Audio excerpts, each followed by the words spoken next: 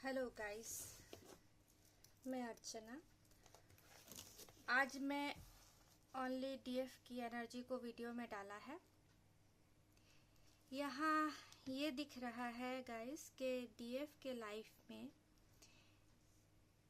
सबसे पहले मैं तो बता दूं कि मैंने 2 डेक का यूज़ किया है, पहला ये और दूसरा ये। इसको क्लैरिफाई करने के लिए मैंने राइडर डेक का यूज़ किया है। तो अभी जो सिचुएशन दिख रही है कि उसके लाइफ में एक नई कोई चीज़ आ रही है, चेंजेस आ रही है। व्हील ऑफ फॉर्चून यही दर्शाता है कि अब वो जो एक बंधन में बंधी हुई थी, अपने को स्टक पाती थी, उससे बाहर आ गई है। वो जो हमेशा चेस करती रहती थी और डीएम ईगो में रहकर डीएफ को इग्नोर करते रहते थे, अब उस सिचुएशन में उसे नहीं रहना। वो फुल्ली ईश्वर को सरेंडर कर देती है। उसका पेन किसी को ना बता पाने का कारण वो ईश्वर को सरेंडर करती है और ईश्वर भी उसे सेकंड चांस देता है।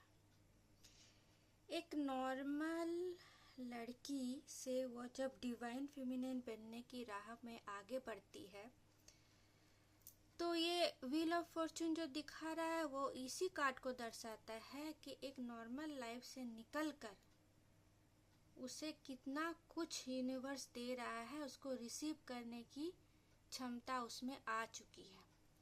अब वो इस सिचुएशन में नहीं है कि वो उसे कोई भी बहला ले, फुसला ले, करवा ले। अब वो फुल्ली इंडिपेंडेंट है एवं गॉड की रजामंदी से ही वो आगे बढ़ती है।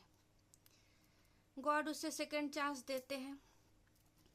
अब उसके सामने एक नया चैलेंजेस आते हैं। यहाँ गाइस टैरोट की एक मज़ेदार चीज़ ये है कि लाइफ में वो इंसान कहाँ है, किस चीज़ में स्टक है, क्या सोच रहा है, ये टैरोट बहुत बखूबी से बता देता है। यहाँ डीएफ को बहुत प्रॉब्लम आती है।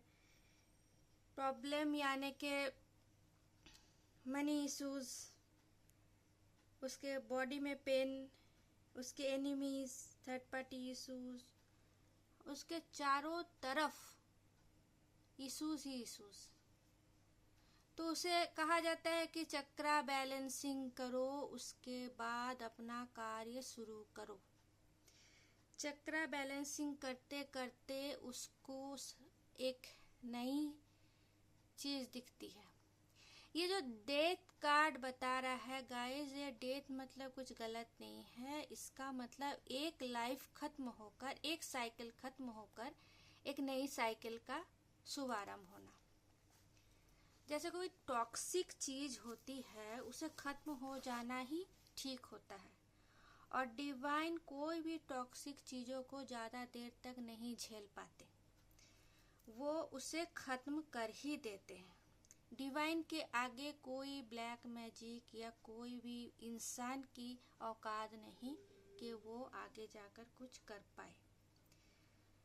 तो जब वो गॉड को सरेंडर करती है, तब गॉड उसे इस पेन से बाहर निकालने के लिए उसको एक स्पिरिचुअल गुरु देते हैं।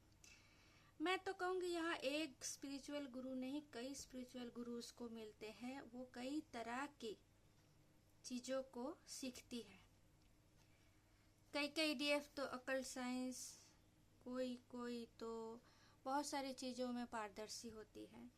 ऐसे में तो देखा जाए कि उनमें बहुत क्वालिटीज़ होती हैं, उसे सिर्फ चमकाना होता है।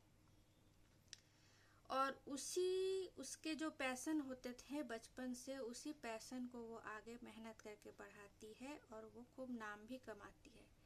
इस पैशन में आगे बढ़ते बढ़ते उसका पेन कहीं भी खो जाता है। आखिर तक वो जिस पैशन से आगे बढ़ती है और उसका आखिर ये दिखता है।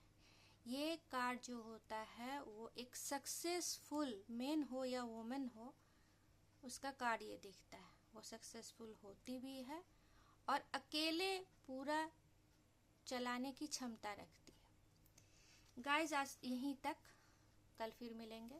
धन्यवाद।